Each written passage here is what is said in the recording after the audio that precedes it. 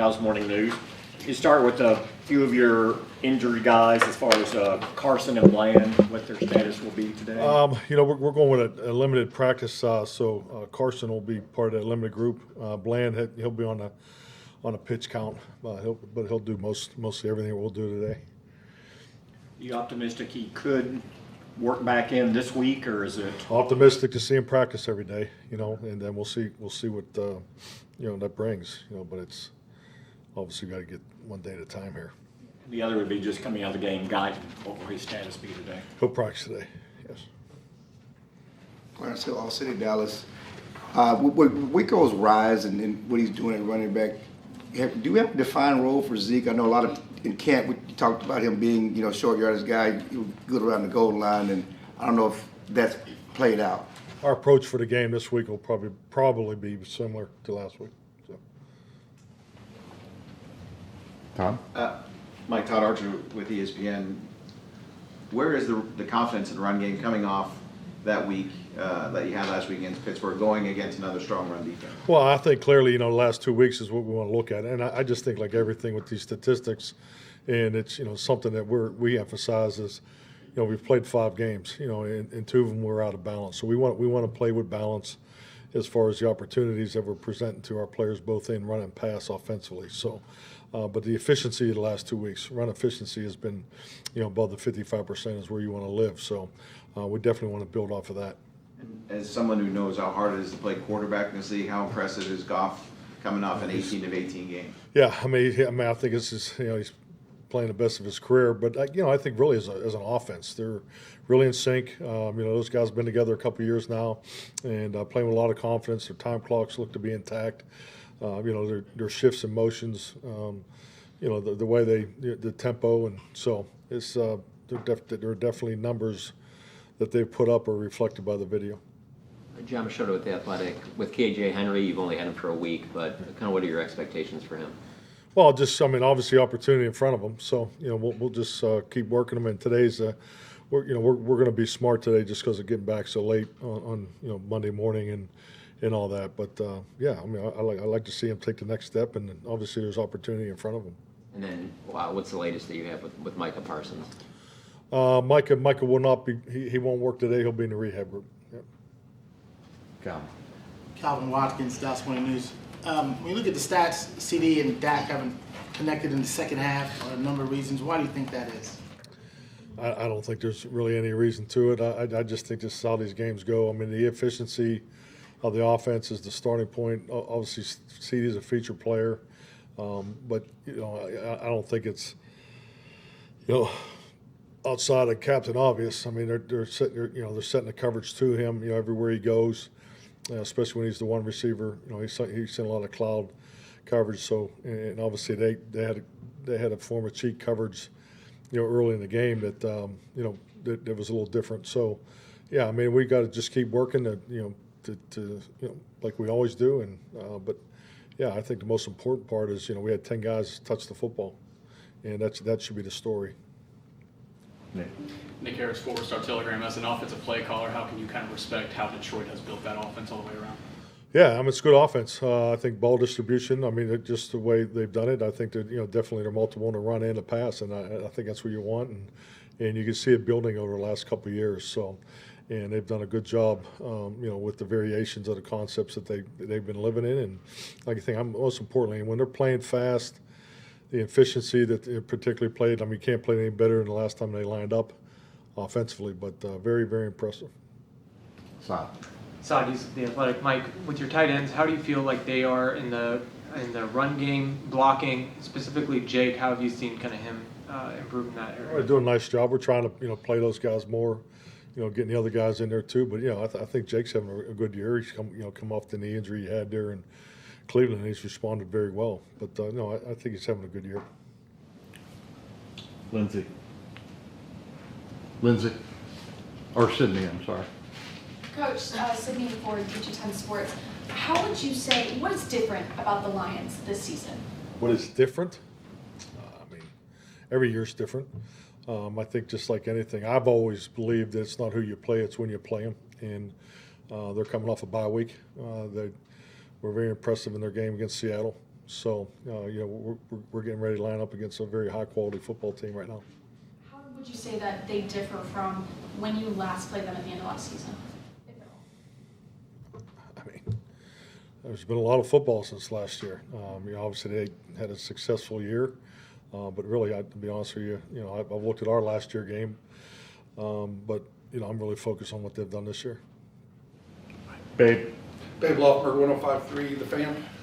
Mike, when you came into the league, the practice squad basically consisted of stashing players on IR, and then went to 5, and then the evolution of it, and now you're up to 16 or 17. How much has that changed everything, especially, or in particular, I should say, your defensive end position? You lose your top 4 guys, and you got a 8, 9-year veteran sitting on the practice squad there to bring up.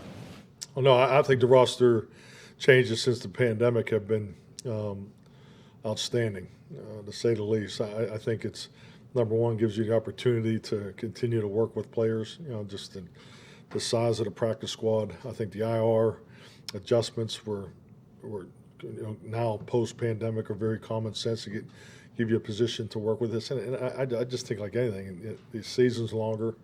You have less training, in the off season and training. So all those things factor. So I think that the opportunity to utilize the IR return is a great vehicle. I mean, I'm all for it. And as a coach, when they made the practice squad, so it wasn't just first and second year players, was that a big? Well, that's what I'm saying. All those things I think have been outstanding. Yeah, to be able to have an experienced player and look at it from a player's perspective. I mean, I just think when you look at the cap, the salaries and all the things that go into it, and the league, it's been young in the last 15 years, frankly, maybe even last 20 years. The middle class of the players, those there's a lot of really good players there that didn't have opportunities. So it's great to see those guys having opportunities. No, I think it's awesome. Patrick. Hey, Mike. Patrick Watkins, Cowboys.com. The last 2 times Jordan Lewis faced Jared Goff, he got an interception on both occasions, and then you look at his demeanor and his level of play against the Steelers and just how in year 8 he continues to play at a high level. Can you talk about the value of how his demeanor helps sets the tone for what you want your defense to look like? Yeah, Jay Lew's a tone setter. I mean, always has been. I know him since in my time here, and I think it's very, very apparent in the locker room. And then it obviously carries over to the field. I mean, that's his play style. Super competitive, always has been. So overcome that major injury. He's back. I think he's playing as good as he has in our time together. But yeah, definitely very well respected man in our locker room. Garrett. Garrett Podell, CBS Sports. Mike, Aiden Hutchinson leads the league in sacks, quarterback pressures. What about him as an edge rusher makes him so good, and how does playing TJ Watt last week help you prepare for that? Well, I'll say this. Obviously he's an excellent player. His get off. He's doing the little things. Obviously his length. 6'6", and he has a great motor. He has a patent move. The spin move has been really productive for him. But he's got a relentless motor, and he's definitely someone you have to account for without a doubt. So, and I think that's no different than what we did last week. Aaron. Aaron Cousins, London Star Live. You had the cool story about Dak coming to your parents' house over the weekend. I'm just curious more broadly, how has that relationship evolved in your second year calling plays, and why is it so important to have that coach quarterback? Well, I think it's like anything. I mean, you do have opportunities to build relationships, and obviously, it's one that, that I really enjoy. We've gotten to know each other more and more just because of the time that you do spend as a play caller and a quarterback. But there is a personal component to this business, especially for as much time that we do spend. But just getting to know him and his family has been awesome. So, but yeah, like I said, it's something that I really enjoy. Todd. Mike, with Blandon, his ramp up, because he was around for all of training camp, is it different for him as he comes back from this thing, or do you get back to ground zero? Well, he's been working. I mean, it's not like he just all of a sudden he's gonna start working today. I don't know. He's been working with Britt. He's been doing the football movements and skills. So it'll be good to see him get out there and get some work today. See where he is. Clarence.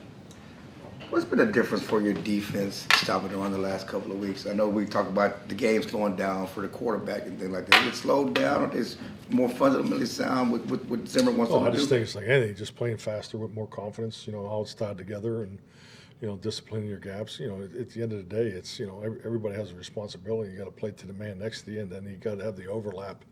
And we need to be better in the overlap, and that's the pursuit, the pursuit and finish.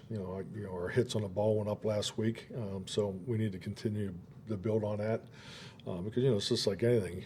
We've been extremely productive here in takeaways, and we invest a lot of time in that. So I just think we've taken steps in that direction the last 2 weeks, and it just really comes down to the discipline of that group. It's gotten better.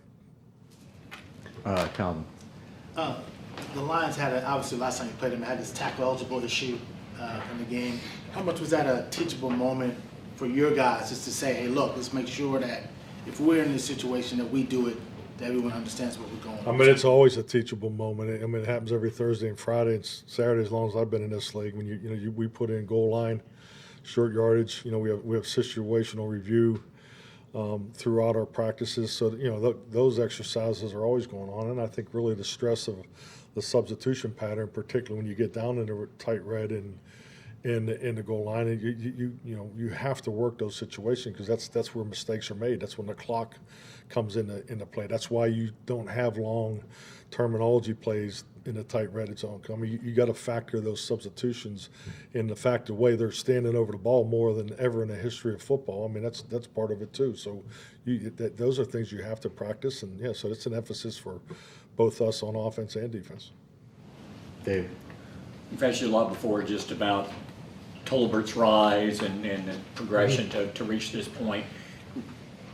Coming off a career game like that and a game-winning catch, what can that do for a player whose arc has been going up for a couple of years? Yeah, definitely confidence. I mean, we want to stack success and build off confidence. That's what this game's about, and that's when you're playing your best football. That's when your confidence tank is at the fullest. So, and it's no different for the individual. So yeah, definitely, I'm so proud of him, and but that's who he is. He has excellent work ethic, and but now that he's putting it on tape, his challenges are going to be tougher moving forward, and that's the way this game works. Marty, thank you, Mike. Thank you.